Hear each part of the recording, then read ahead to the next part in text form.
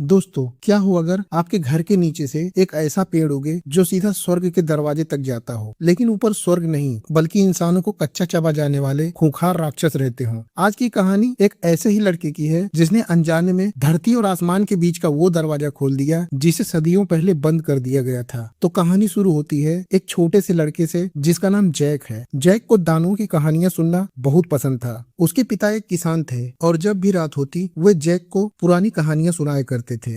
एक रात उसके पिता उसे एक बहुत पुरानी कहानी सुनाते हैं। बहुत समय पहले कुछ पादरियों को कुछ जादुई बीज मिले थे। उनका मानना था कि इन बीजों से एक ऐसा पेड़ उगाया जा सकता है जो सीधे भगवान तक जाने का रास्ता बना देगा। उन्होंने उन बीजों को जमीन में लगाया। कुछ ही समय बाद जमीन से एक विशाल पेड़ उगने लगा, इतना विशाल कि वह आसमान को चीरते हुए ऊपर जाता चला गया। पादरी उस पेड़ पर चढ़कर ऊपर पहुंचे, लेकिन वहाँ उन्हें स्वर्ग नहीं मिला। वहाँ उन्हें एक अजीब और डरावनी दुनिया मिली। उस दुनिया का नाम था गेंचुआ। यह क्रूर और खूंखार दानवों की दुनिया थी। दानवों ने जब इंसानों को देखा तो वे तुरंत उस पेड़ के रास्ते धरती पर उतर आए। उन्होंने इंसानों के शहरों पर हमला करना शुरू कर दिया। उन्होंने इंसानों को लूटा, गांव जलाए और इंसानों को मारकर खाने लगे। पूरी धरती पर तबाही मच गई। लेकिन उस समय एक बहादुर राजा था जिसका नाम था राजा एरिक। राजा एरिक और पादरियों ने मिलकर दानवों को रोकने का एक तरीका ढूंढा। उन्होंने काले जादू का सहारा लिया और दानवों के पिघले हुए दिल से एक जादुई ताज बनाया। उस ताज में दानवों को कंट्रोल करने की शक्ति थी। राजा एरिक ने वह ताज पहन लिया और उसके बाद सारे दानव उसके सामने झुक गए। उसने दानवों को वापस उनकी दुनिया गेंचुआ में भेज दिया। फिर उसने उस विशाल पेड़ को काट दिया ताकि दानव कभी वापस धरती पर ना आ सके। इस तरह धरती पर फिर से शांति आ गई। जैक कहानी सुनकर अपने पिता से पूछता है कि क्या दानव फिर से कभी वापस आएंगे। उसके पिता मुस्कुराते हुए कहते हैं, नहीं, दानव सिर्फ कहानियों में होते हैं। लेकिन जैक जिस किताब को पढ़ रहा था उसमें लिखा था कि एक दिन दानव फिर वापस आएंगे और वे राजा एरिक के वंशजों को खत्म करने की कोशिश करेंगे। दूसरी तरफ यही कहानी एक छोटी राजकुमारी इजाबेल को भी सुनाई जा रही होती है। इजाबेल की माँ उसे वही कहानी सुनाती है, लेकिन वह कहती है कि राजा एरिक पूरी तरह से कहानी नहीं था, वह असली था और उसका खून आज भी राजघराने में मौजूद है। इजाबेल कहती है कि उसने काटा कोम्स में राजा एरिक की कब्र भी देखी है। उसकी माँ को समझ आता है कि इजाबेल बिना बताए महल से बाहर घूमने जाती है, लेकिन वह उस पर ज्यादा गुस्सा नहीं करती क्योंकि वह चाहती है कि इजाबेल दुनिया को समझे, क्योंकि एक दिन उसे रानी बनना है। इधर जैक अपने पिता के साथ रहता है और दानवों की कहानियां पढ़ते रहता है। लेकिन कुछ समय बाद जैक के पिता की मौत हो जाती है और उसके बाद जैक अपने चाचा के साथ रहने लगता है। समय बीतता है और 10 साल बाद जैक अब बड़ा हो चुका है। एक दिन उसका चाचा उसे शहर भेजता है ताकि वह उनका घोड़ा और गाड़ी बेच सके। वह उसे बार बार समझाता है कि शहर में उसका ध्यान भटकना नहीं चाहिए। जैक शहर पहुंचता है और घोड़ा गाड़ी बेचने की कोशिश करता है,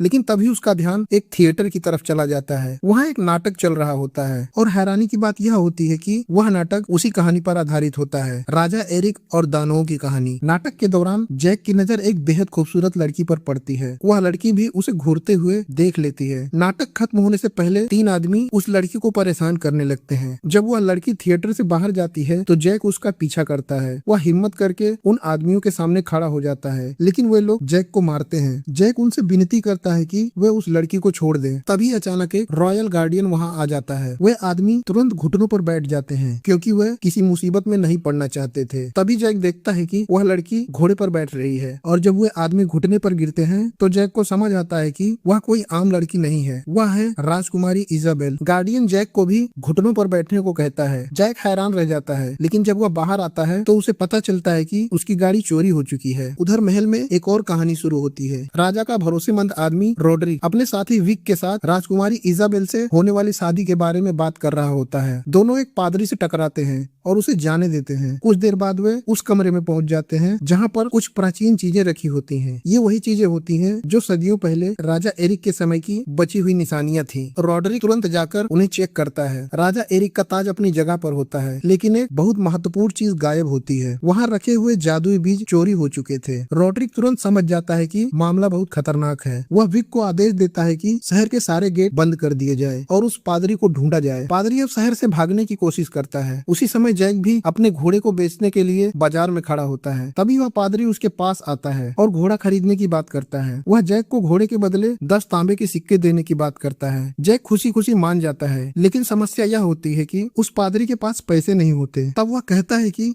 वह जैक को जादुई बीज दे सकता है। जैक को लगता है कि इस घोड़े के बदले ये मामूली बीज किस काम के। तब पादरी उसे समझाता है कि ये बीज बहुत ही कीमती हैं। अगर तुम इन्हें फादर पीटर तक पहुंचा दो तो तुम्हें काफी अच्छा इनाम मिलेगा। पादरी जाते जाते जैक को एक चेतावनी भी देता है। वह कहता है इन बीजों को कभी भी खोना मत और इन्हें गीला बिल्कुल मत होने देना। जैक अभी सोच ही रहा होता है कि पादरी अचानक उसका घोड़ा लेकर भाग जाता है। कुछ ही देर बाद विक और उसके सैनिक उस पादरी को पकड़ लेते हैं। दूसरी तरफ राजकुमारी इजाबेल महल लौट आती है। वह अपने गार्डियन एलमोंड से माफी मांगती है क्योंकि उसकी वजह से उसका काम मुश्किल हो गया था। जैक घर लौटता है और अपने चाचा को सारी बात बताता है, लेकिन जब उसका चाचा यह सुनता है कि उसने घोड़े के बदले बीज ले लिए तो वह बहुत गुस्सा हो जाता है। वह जैक को डांटने लगता है। उधर महल में भी माहौल खराब हो रहा था। राजा इजाबेल को डांट रहा होता है क्योंकि वह फिर से गार्ड्स के बिना महल से बाहर चली गई थी। इजाबेल कहती है कि वह कोई कमजोर या लाचार लड़की नहीं है। वह कहती है कि मैं इस जगह के बारे में जानना चाहती हूँ ताकि जब मैं रानी बनूं तो मुझे फैसले लेने में आसानी हो। इधर जैक का चाचा गुस्से में उन बीजों को मेज से फेंक देता है। वह कहता है कि अब उसे जैक के माता पिता की बची हुई चीजें भी बेचनी पड़ेंगी। जैक उसे रोकने की कोशिश करता है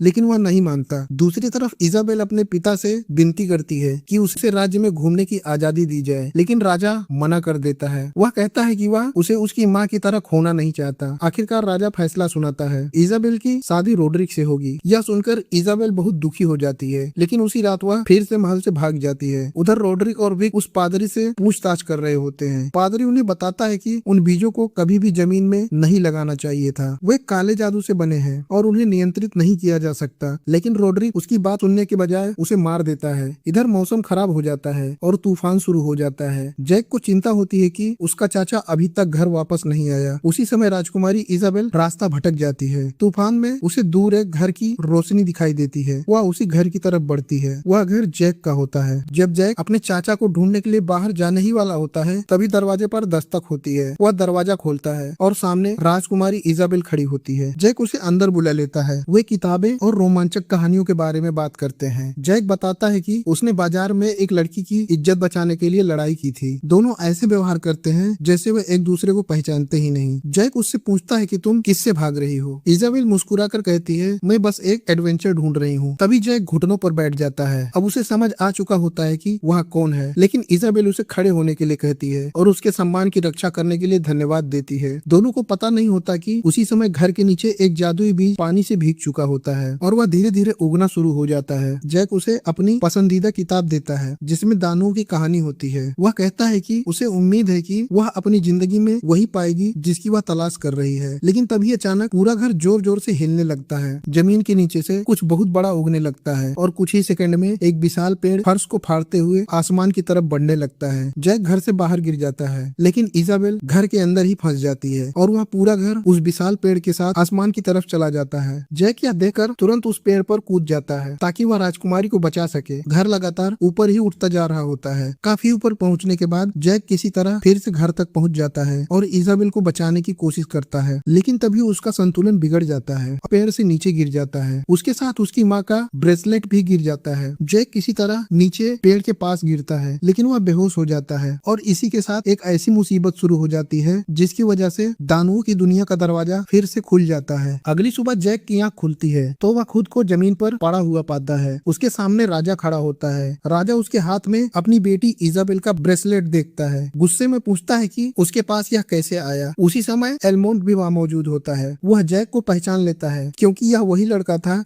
जिसने बाजार में राजकुमारी की मदद की थी।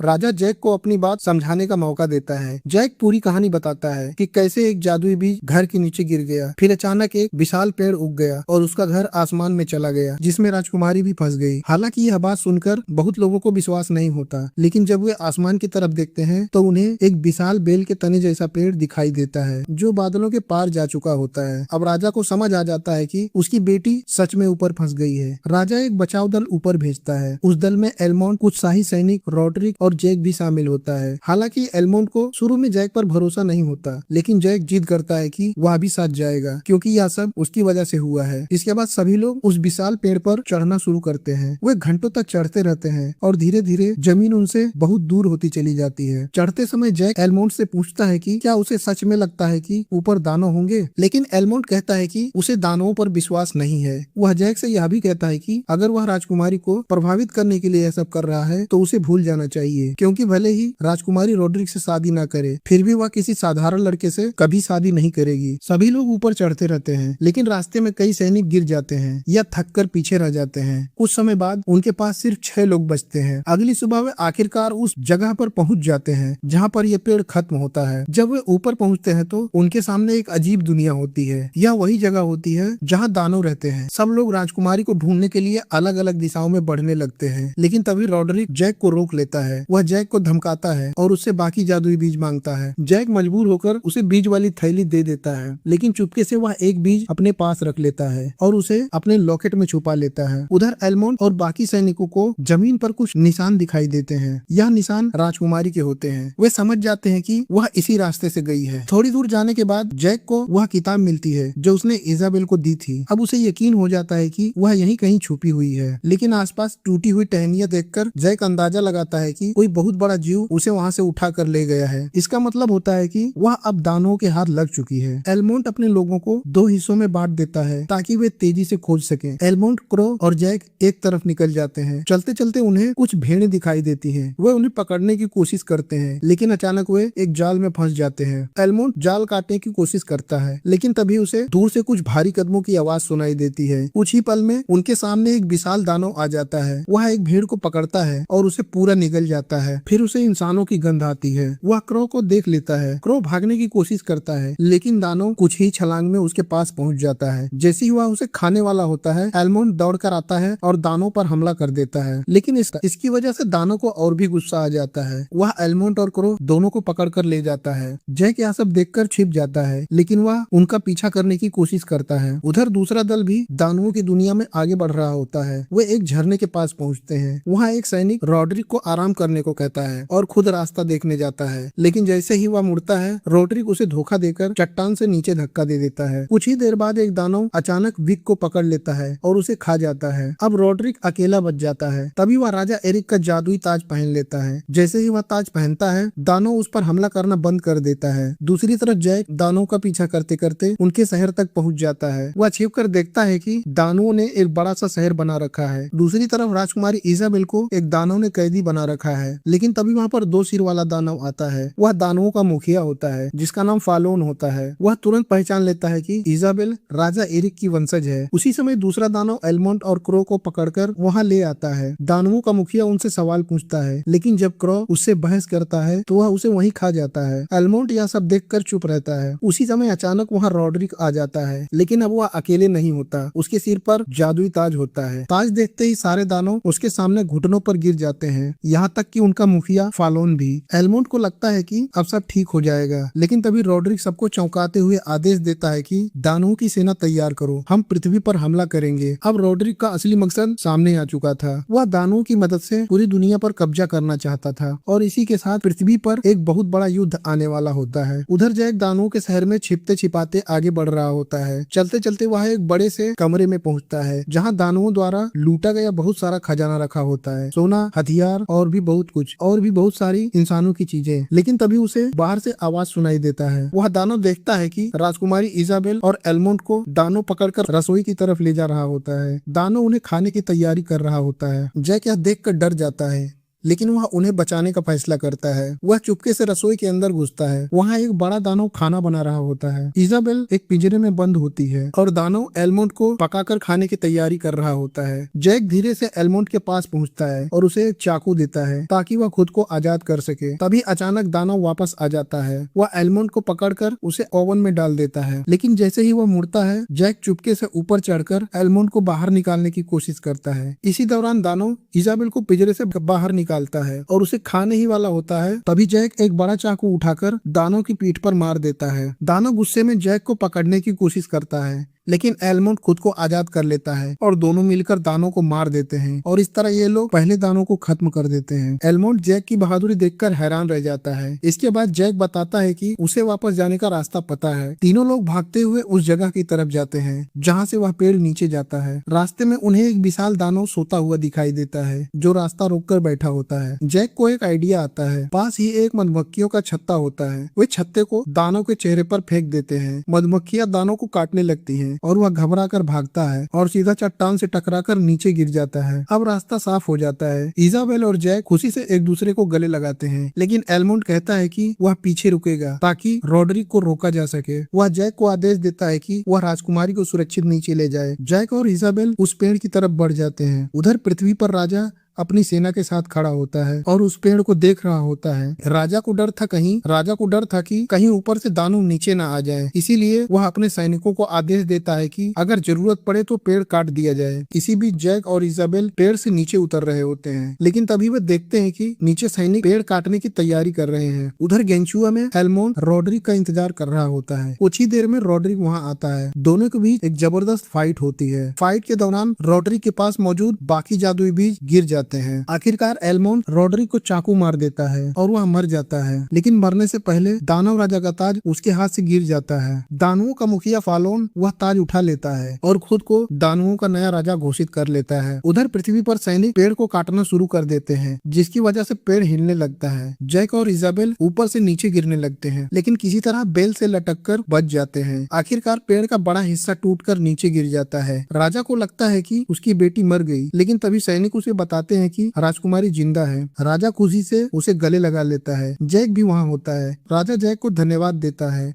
और उसे इनाम देने की बात करता है। इजाबेल अपने पिता के साथ महल की तरफ लौट जाती है, लेकिन कहानी यही खत्म नहीं होती। गेंचुआ में फालोन बाकी बचे जादुई बीज ढूंढ लेता है और उन्हें पानी में डाल देता है। कुछ ही सेकंड में नए पेड़ उगने लगते हैं। दानव उन पेड़ों से पृथ्वी की तरफ उतरने लगते हैं। जैक अपने घोड़े पर जा रहा होता है कि अचानक वह आसमान की तरफ देखता है। वह देखता है कि कई दानव पृथ्वी पर उतर रहे हैं। जैक तुरंत शहर की तरफ भागता है और राजा को चेतावनी देता है कि दानव वापस आ गए हैं। पूरा शहर युद्ध के लिए तैयार हो जाता है। सैनिक दीवारों पर तीर कमान और गर्म तेल तैयार करते हैं। कुछ ही देर में दानव शहर पर हमला कर देते हैं। भयंकर युद्ध शुरू हो जाता है। दानव सैनिकों को मारते हुए शहर के दरवाजे तक पहुंच जाते हैं और राजा के महल तक भी पहुंच जाते हैं। दानवों और इंसानों के बीच खतरनाक जंग होती है। महल का गेट बंद कर दिया जाता है, लेकिन दानव जलते हुए पेड़ महल के अंदर फेंकते हैं और पूरा महल तहस नहस हो जाता है। राजा इजाबेल और जैक को यहाँ से भागने के लिए कहता है। तभी जनरल फालोन पानी के रास्ते महल के अंदर घुस जाता है और राजकुमारी को ढूंढने लगता है। इजाबेल और जैक महल के खुफिया रास्ते से भाग रहे होते हैं, लेकिन फालोन उनकी गंध सूंघ लेता है और दीवार तोड़कर अंदर आ जाता है। वह दोनों को पकड़ लेता है और जैक को खाने की कोशिश करता है। तभी जैक को याद आता है कि उसके पास अभी भी एक जादुई बीज बचा हुआ है। वह तुरंत बीज फालोन के मुंह में फेंक देता है। कुछ ही सेकंड में वह बीज फालोन के पेट के अंदर उगने लगता है और उसके शरीर को फाड़ते हुए बाहर निकल जाता है और उसी के साथ फालोन मारा जाता है। उसका हाथ जिसमें जादुई ताज होता है जमीन पर गिर जाता है। जैक वह ताज उठा लेता है। जैसे ही वह ताज पहनता है, बाकी सारे दानव उसके सामने